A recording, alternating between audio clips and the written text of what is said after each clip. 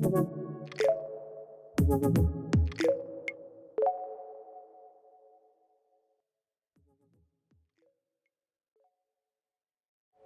a sneak preview there at that stamp available for purchase now, of course. It brings us to our closing ceremony today. It's been such a rich day, so many conversations, interesting thoughts, and of course the idea is that all of this, including what you've been able to send in, helps with some of the ideas going forward for the roadmap that will be worked on. As we look towards our close, I'd like to welcome Mr. Angel Gurría, who is the Executive Director of the OECD and who joins us for a few final thoughts on what we've been talking about today and the way forward. I am grateful to UNESCO for organizing this important meeting and providing a platform to reflect on racism and discrimination. Dear friends, ministers, ambassadors, Secretary General, the horrific death of George Floyd was a wake-up call for many about the deep racial inequalities that persist in our societies, and also for the actions that need to be taken to end these awful societal problems. We know that ethno-racial minorities suffer from persistent inequalities that hamper their economic and social opportunities.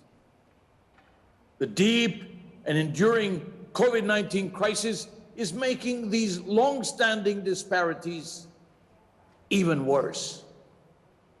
For example, data collected by Statistics Canada show that in the initial phases of the COVID-19 pandemic, 37% of Black Canadians and 44% of Canadians of South Asian descent reported increased financial insecurity compared to 22%, so roughly half, for white Canadians. Now, there are various long-standing causes of these persistent inequalities. A key contributing factor is the intergenerational transmission of disadvantage from parents to children, as detailed in a broad range of OECD studies. So we need to step up the efforts to level the playing field, to invest in policies to reduce inequalities, to promote equal opportunities. Ethno-racial disparities are also caused by the discrimination that people suffer every day. Evidence from several OECD countries reveals that non-white natives are significantly less likely to be invited to a job interview than white natives with an identical CV. White job applicants can also receive up to twice the callbacks than non-whites. Similar evidence of blatant discrimination is found in other areas, like the housing market. The OECD has worked on the benefits of diversity and on what countries can do to make the most out of their increasingly diverse populations. Now, the OECD recommendation on public service leadership and capability. The recommendation is kind of the highest form of legally binding obligation for our members and partner countries. So this recommendation on public service leadership and capability recognizes diversity and recognizes inclusion as fundamental values for the civil service and for governments as employers.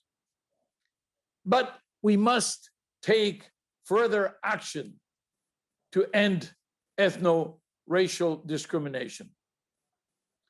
On top of being ethically, morally unacceptable, ethno-racial discrimination also imposes huge costs of our economies and threatens social cohesion, impairs the mental and the physical health of those who actually suffer discrimination. Now, with the support of OECD members, we are looking to scale up our engagement, our activities to end ethno-racial discrimination.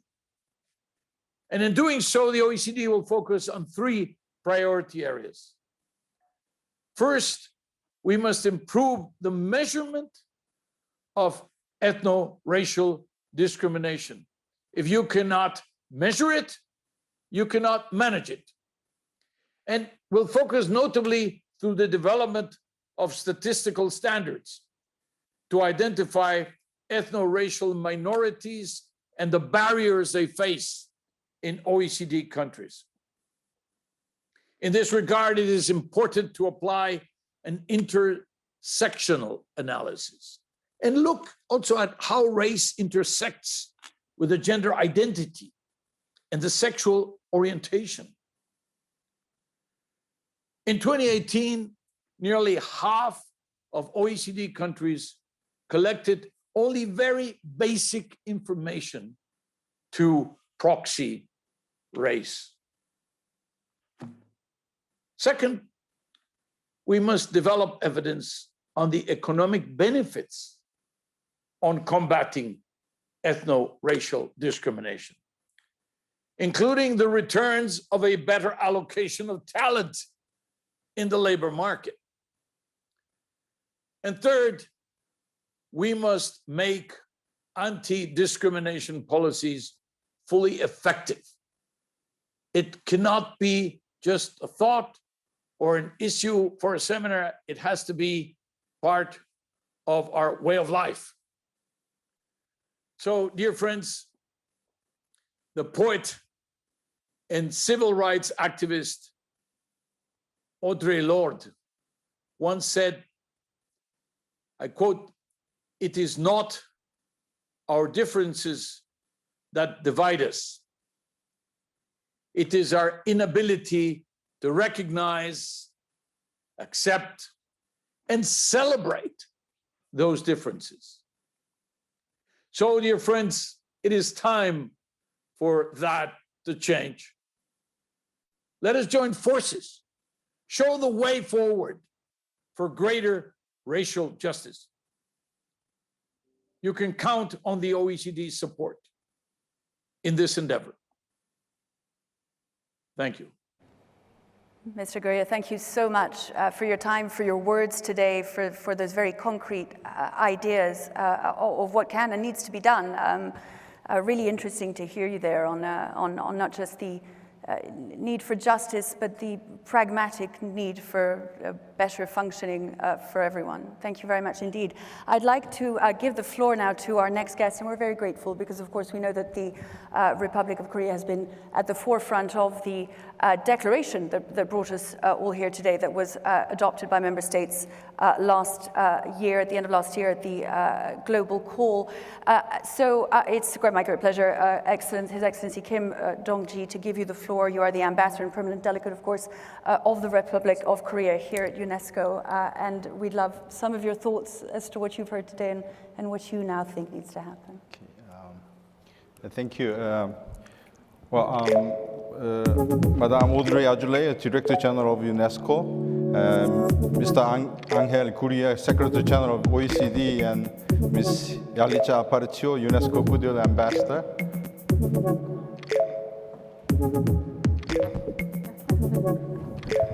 Sorry, slight change of plan. I'm so sorry. Hold it.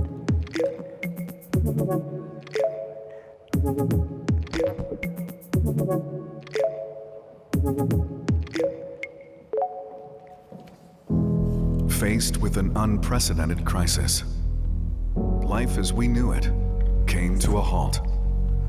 Borders were closed, and people closed their hearts. And I will introduce But we are taking care of each other, fighting the challenges together.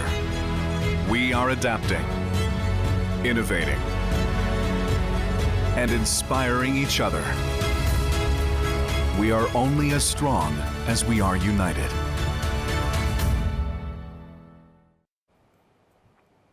Gurría, Director General of UNESCO, Mr. Angel Gurría, Secretary General of the OECD, Ms. Yalitza Aparicio, UNESCO Goodwill Ambassador, Excellencies, distinguished guests, ladies and gentlemen.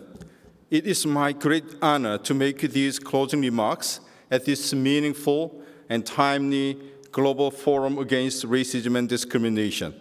I wish to express my sincere gratitude to all the distinguished panelists and participants from around the world for their words of wisdom and inspiration. My particular appreciation goes to Madame Director General Audrey Azoulay. Her outstanding leadership has been instrumental in providing this invaluable opportunity for an exchange of insights and views. I would like to offer also my warm thanks to Madame Gabriela Ramos, Assistant Director General for Social and Human Science, and her team for their dedication and tireless endeavors to ensure that this forum proved a resounding success, even in the midst of many challenges. Crises such as COVID-19 tend to expose the weakest links in the social fabric, and they have particularly destructive impact on vulnerable segments of population. As the virus spreads around the globe, there have been reports of incidents involving discrimination, stigmatization, and even physical assault against certain racial and ethnic groups. For example, it is deeply saddening to witness the recent surge in news stories of acts of hate and violence targeting Asian Americans. Hatred involving stereotyping certain minority groups undermines the fundamental tenets of human rights in our community. Such a situation is rather daunting, but we should not allow ourselves to be daunted. I have listened today with deep interest to the views articulated by the distinguished participants. The four panels analyze new forms of racism and examine how to establish anti-racist policies, promote a gender transformative approach, and cultivate partnership. As shown by all the stakeholders' active participation at this forum, our solidarity against racism and discrimination will be ever strengthened, ultimately triumphing over bigotry and prejudice. As Chairperson Choi Young-ae of the National Human Rights Commission of Korea has rightly underlined, it is a responsibility and duty of nations and the international community to identify who is most vulnerable to hatred and discrimination in times of crisis, and to establish robust and well-coordinated responses at the national and global level to protect them. Since many of the manifestations of racism and discrimination in the current climate are embedded in institutional and systematic structures, the responses need to tackle the root causes and the very drivers of them. Allow me to present the cause and solution to them, drawing on wordings from the UNESCO Constitution. Ignorance of each other's ways and lives has been a common cause of suspicion and mistrust between the peoples of the world. Accordingly, wide diffusion of culture, the education of humanity for justice and liberty and peace are indispensable to the dignity of man and constitute a sacred duty which all the nations must fulfill in a spirit of mutual assistance and concern. The state parties are determined to develop and increase the means of communication between peoples and to employ these means for the purpose of mutual understanding and a truer and more perfect knowledge of each other's lives. I firmly believe that UNESCO's role in addressing the issues of racism and discrimination is more relevant than ever, with its mandate in education, science, and culture, as well as its rich experience of 75 years of countering racism and discrimination. UNESCO will surely contribute to our effort to combat the challenges in this area, drawing on its intellectual and moral leadership. In this vein, I would like to recall that UNESCO member states made a powerful statement, the Global Call Against Racism, adopted at the 210th session of the Executive Board. UNESCO has been mandated by the Executive Board decision to develop a roadmap against racism, which aims to provide a strategic vision and operational framework. I'm certain that this roadmap will serve as a sounding board and space for reflection to establish needs, priorities, and specific actions in this area. I would also like to commend other initiatives of UNESCO that have already been launched, such as the scanning study for the institutional and legislative anti-racism, anti-discrimination framework, and the development of integrated anti-racism toolkit to mainstream racial equity in the development of policies and strategies. Taking this opportunity, I would like to emphasize the value of global citizenship education as a solid basis on which we can push ahead with all these programs.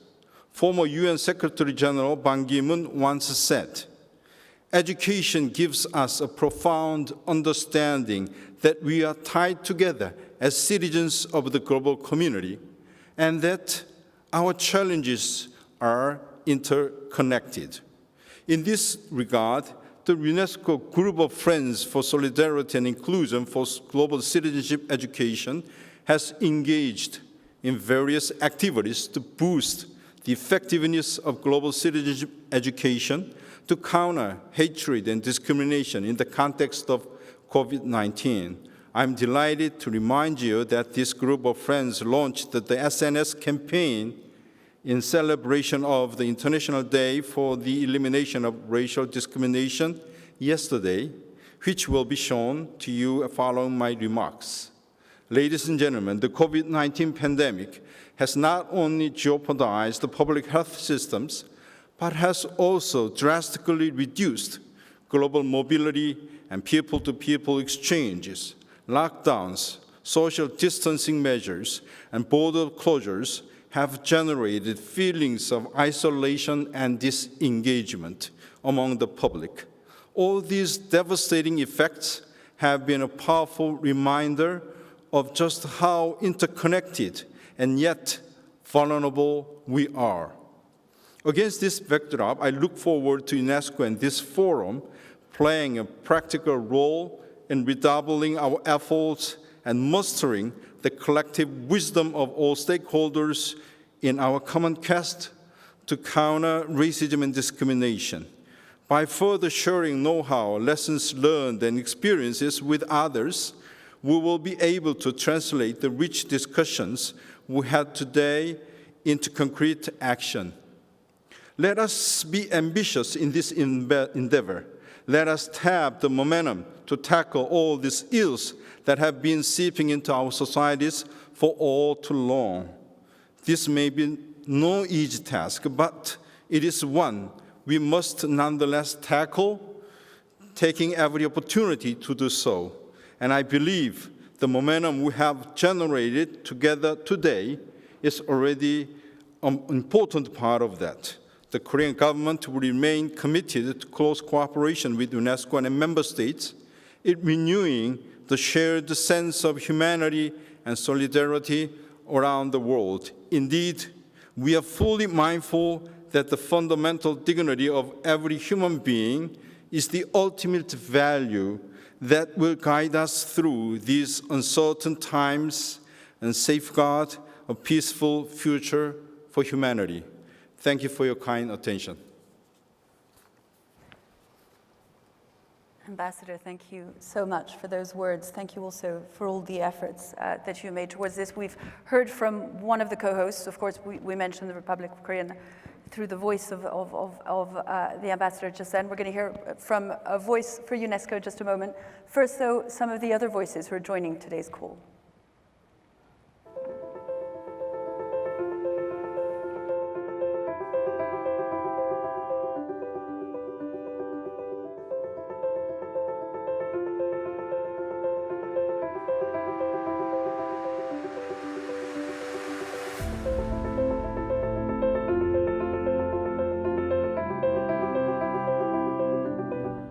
Action is the only remedy to indifference, the most insidious danger of all.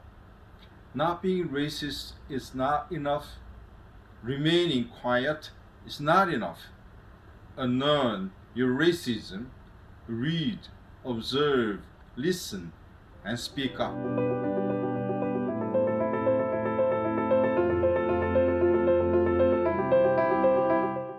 To bring about change, we must not be afraid to take the first step. We will fail if we fail to try.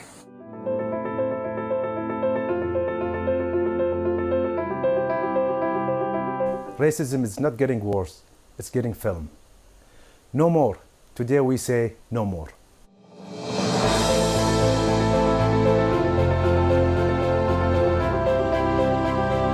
Racism and discrimination emerge in ignorance and fear of what is different. We must be part of the change and fight against discrimination. As Nelson Mandela said, no one is born hating another person because of the color of his skin or his background or his religion. People learn to hate, and if they can learn to hate, they can be taught to love. For love comes more naturally to the human heart than its opposite.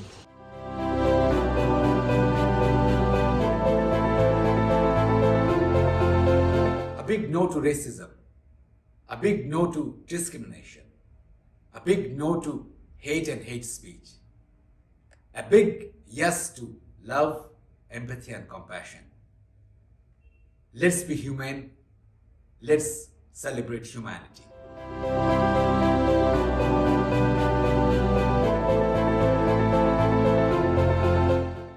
En cette journée internationale pour l'élimination de la discrimination raciale, toutes nos pensées vont aux victimes du racisme et des discriminations, et à toutes celles et tous ceux qui sont engagés pour la défense et la promotion des droits civiques et des droits humains. Exprimer la haine de l'autre parce qu'il est différent ne saurait trouver place dans nos sociétés. Par l'éducation à la citoyenneté mondiale, combattons l'intolérance, l'ignorance et les préjugés qui sont à la base des phénomènes discriminatoires. Non au racisme et non à toutes les formes de discrimination.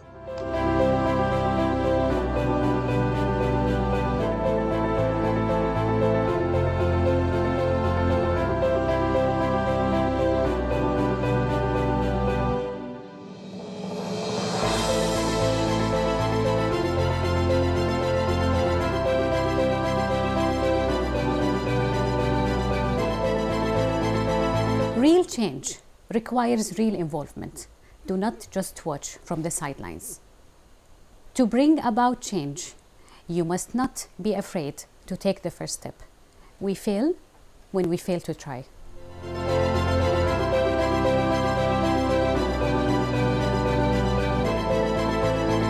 Mexico reaffirms its commitment against racial discrimination and hate speech. We all should get involved.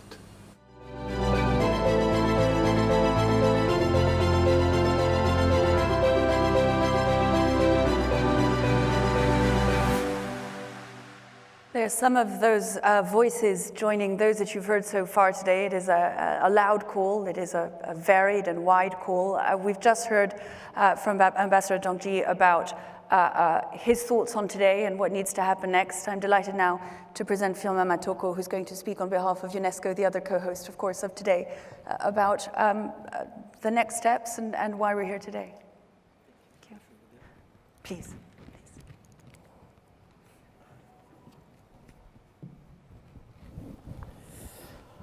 Excellences, Mesdames et Messieurs, participants, cette journée est spéciale. Elle est spéciale non pas seulement parce que nous la célébrons ici à l'UNESCO, mais parce qu'elle est aussi célébrée ailleurs dans le monde, où des milliers de personnes sont victimes de racisme et de discrimination. Comme l'a dit l'ambassadeur d'Arménie, nous avons tous une pensée pour toutes ces personnes aujourd'hui. Je voudrais, à la fin de cette longue journée, remercier d'abord le gouvernement de la République de Corée à travers l'ambassadeur ici, qui a apporté un soutien continu et sans faille à cette initiative. Et remercier ma très chère collègue Gabriela Ramos, sous-directrice générale pour les sciences sociales et humaines, et toute son équipe qui ont eu cette ambition d'organiser pour la première fois ici à l'UNESCO ce forum contre le racisme et la discrimination et qui nous réinscrit au cœur du mandat et des valeurs éthiques de notre organisation. Ce forum, tout au long de la journée, a été l'occasion d'entendre des voix de personnalités, de ministres d'Europe, d'Asie, d'Amérique latine et d'Afrique, mais aussi d'autres agences de la famille des Nations Unies, des personnalités de premier plan qui ont réaffirmé leur engagement dans ce combat commun contre le racisme et les discriminations. Et je crois que nous les remercions aussi, nous les remercions pour leur participation et leur soutien. Je voudrais brièvement ici me faire l'écho de certaines réflexions qui ont été faites, et si vous me permettez, notamment d'Afrique, apporter une perspective africaine à toute cette réflexion. D'abord en évoquant la question du racisme et des discriminations, telle que l'a fait aujourd'hui son Excellence Madame Lindiwe Zulu, ministre du Développement social de l'Afrique du Sud.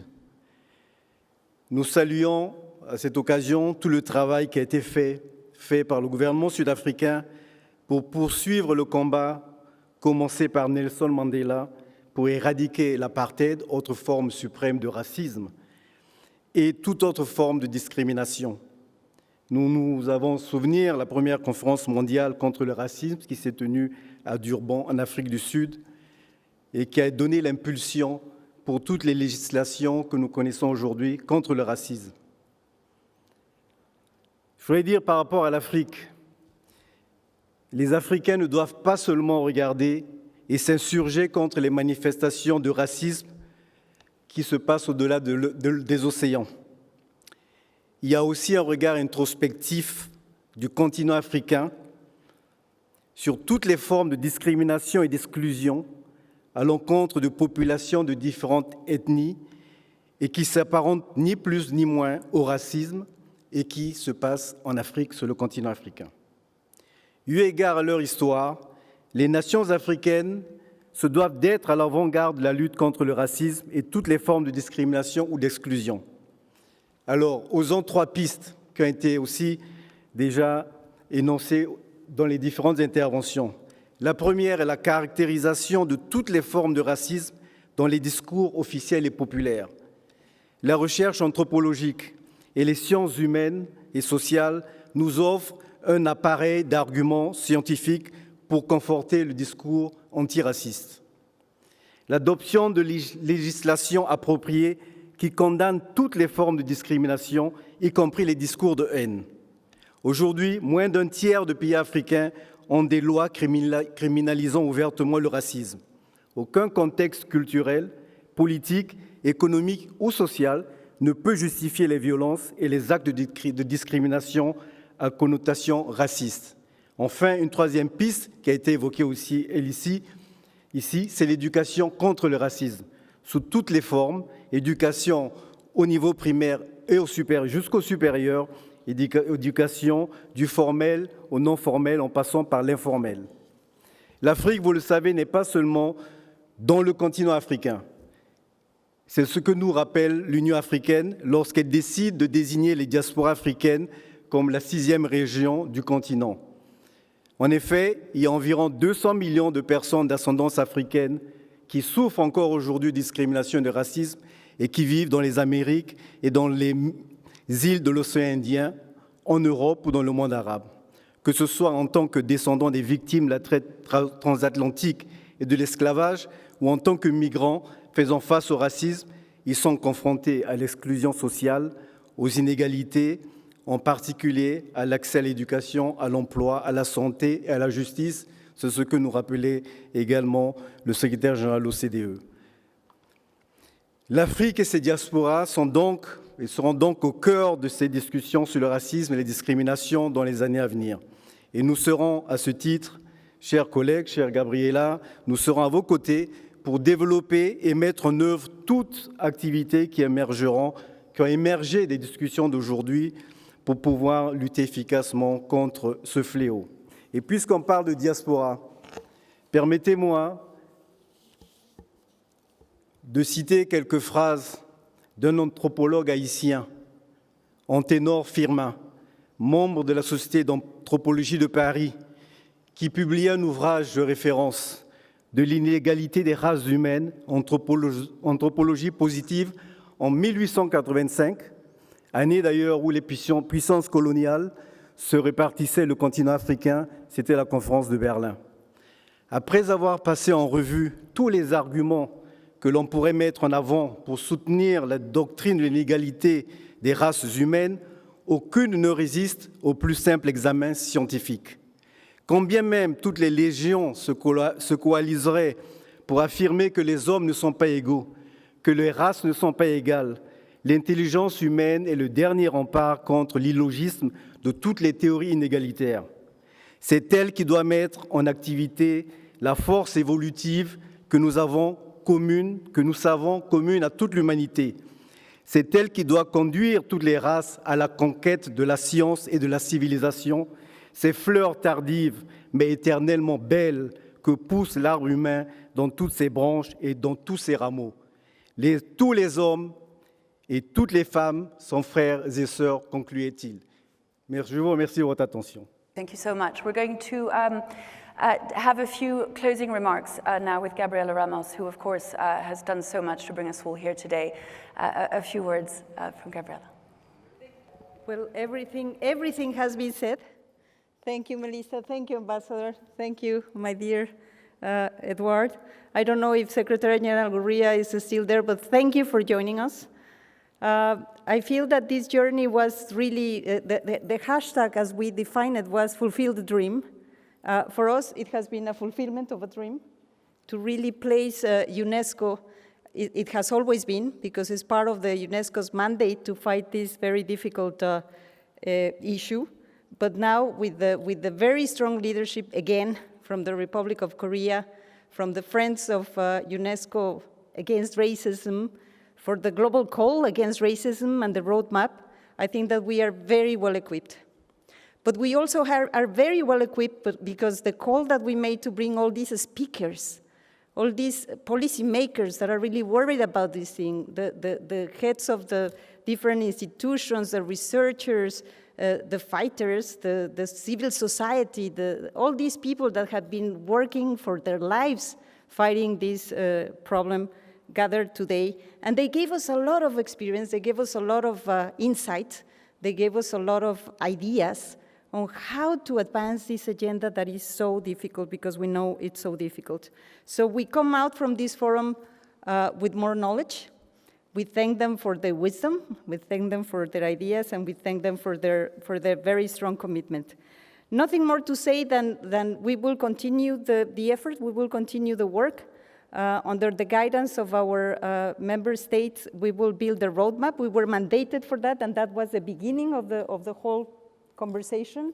The leadership of the government of Korea and all of the friends of this agenda in UNESCO. We're going to be building the roadmap, and as I said, not reinventing the wheel, because UNESCO has much to offer in the area of education with global citizen education, in the area of culture with diversity, in the area of communication when we fight against hate speech, on social and human sciences, of course, because this is the area that tries to disentangle and deconstruct racism to produce better policies and better institutions. We will be producing the scanning on what works and what doesn't, and we will also be producing the toolkit hand in hand with our members. So this only gave us a lot of energy, a lot of courage, because of course it's not easy. We said at the beginning that COVID has made racism worse, and racism is worse because of COVID. So our dream in fulfilling the dream will be that when COVID is gone, racism will be also gone. So that's what we would like to see. And I would not like to finish first again thanking our dear ambassador, Ambassador Kim. You have been leading this, and we will continue to follow your leadership. Thanks to your wonderful team. I have to say that I have here all of my team, and they have told me that working with the Korean delegation has been fantastic. Madame Won Jung, great to have you.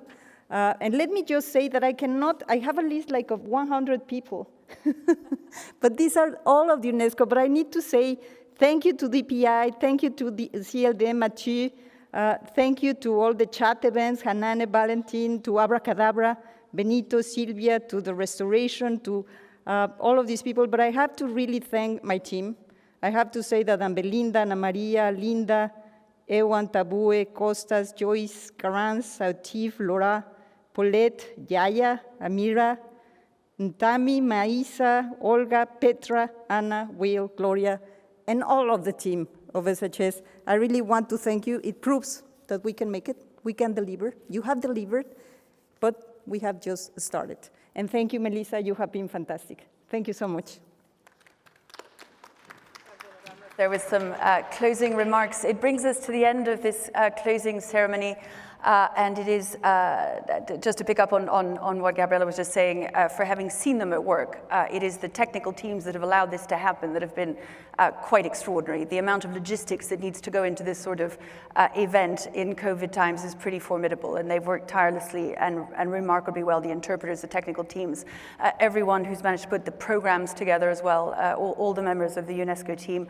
Of course, our speakers today, those who are with me on stage still and those we've heard from remotely, their caliber, their implication, the fact that they're on the grassroots, that they're at the forefront of this, and to hear them speak back, of course, is priceless. And of course, most of all, to all of you who followed.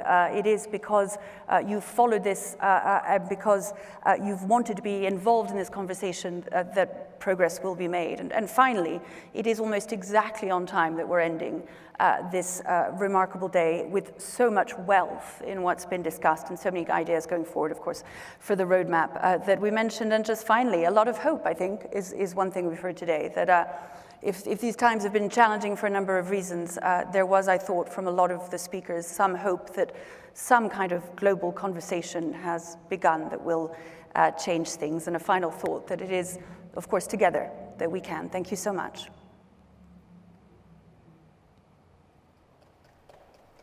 As we leave you today, we offer the music of Antonin Dvorak, whom after coming to the United States, embraced many aspects of the culture.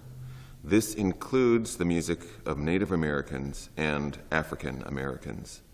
Importantly, he did this without relinquishing any of his own culture. It was in America that Dvorak composed his most famous piece, his Symphony No. 9 from the New World, giving it that title to express his view of his adopted country.